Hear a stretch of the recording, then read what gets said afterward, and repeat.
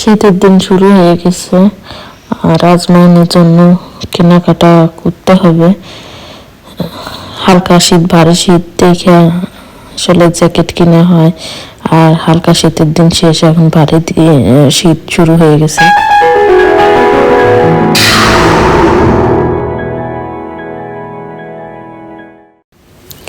আসসালামু আলাইকুম, সবাই কেমন আছেন? আমরা আলহামদুলিল্লাহ ভালো আছি। এই তো যাইতেছি রোজা আজমাইনকে নিয়ে একটু বের হইতেছি। ভাবছি যে কিছু শীতের কাপড় চোপড় কিনে নিয়ে আসি।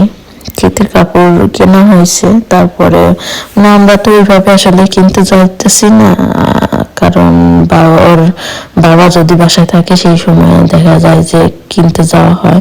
তো আমরা কয়েকজন মিলে ভাবলাম যে যাই, ওয়েদারও ভালো আছে, একটু দেখে আসি কাপড় চোপড়ের কি অবস্থা।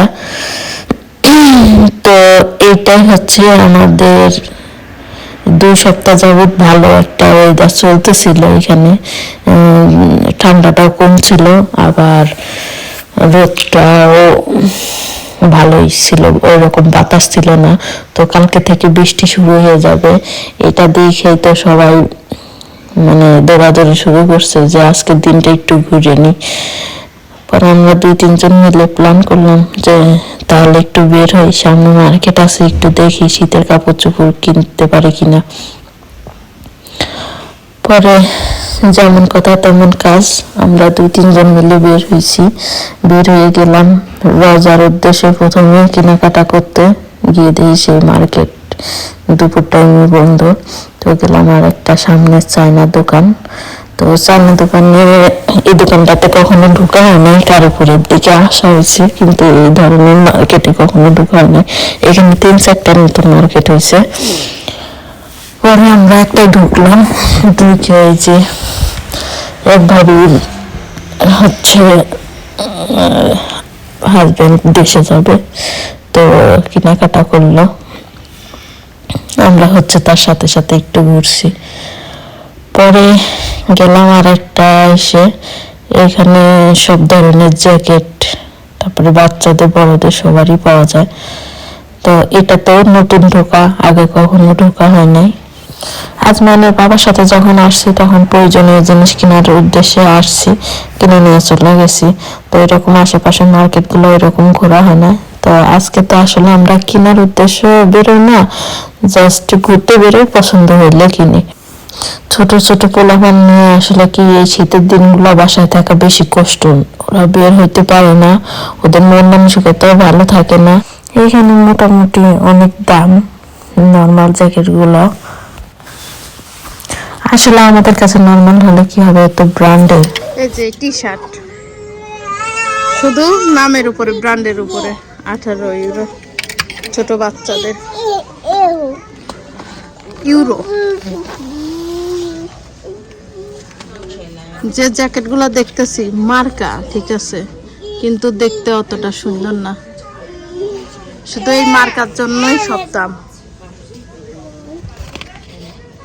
এই যে 180 ইউরো এই প্যান্টটার দাম।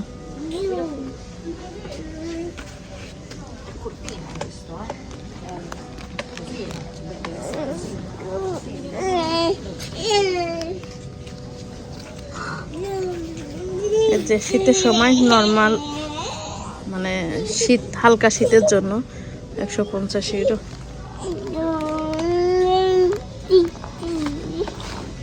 আজমাইন বিরক্ত করতেছে, থাকবে না কি আজমাইন? এই যে খুললা, আমরা কিন্তু যাইতে পারবো না, চলো আমরা বের হবো যে মার দিবে। আজমাইন অনেক বিরক্ত করতেছিল। পরে আমরা আর মার্কেটের ভিতর থাকি না, বের হয়ে গেলাম। পরে আমরা আবার ঢুকলাম কারিপুরের ভিতরে। কারিপুরের যে আউটলেট যে সাইডটা ছিল ওটা বন্ধ হয়ে গেছে।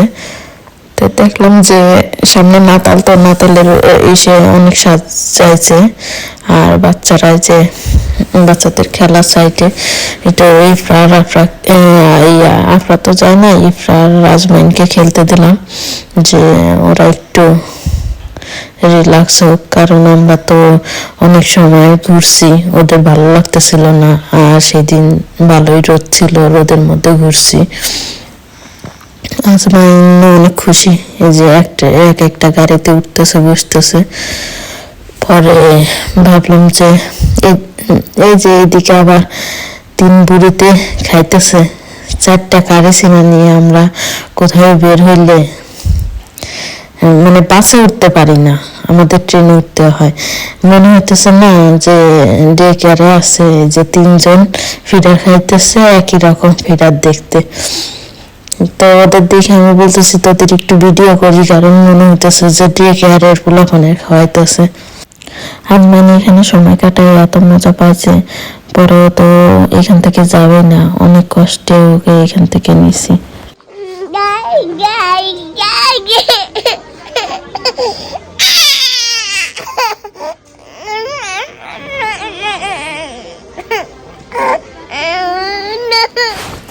আজমানের বাবারে ছাড়া আসলে আজমানকে নিয়ে কোথাও বের হওয়া একটু কষ্ট করে, কারণ ওকে একা কখনো সামাল দেওয়া যায় না।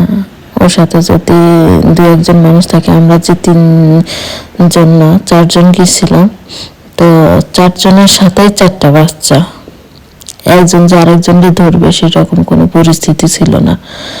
পরে আমরা আর বেশি দেরি করলাম না, সন্ধ্যা হয়ে যাইতেছিল। আর এখানে তো তাড়াতাড়ি এখন সন্ধ্যা হয়, আবার ঠান্ডাটা প্রচুর পড়ছে, সব ছোট বাচ্চা। এই 4টে বাচ্চার মধ্যে আজমানি হচ্ছে বড়।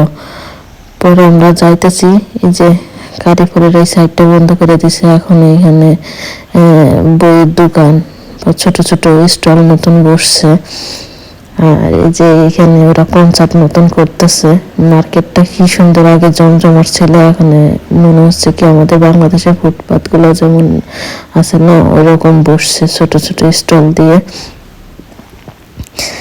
যাই হোক, যেটুকু সময় কাটালাম আলহামদুলিল্লাহ ভালোই কাটছে। সারাদিন ঘুমানো, যে কারণে মেজাজটা একটু খিটখিটা ছিল।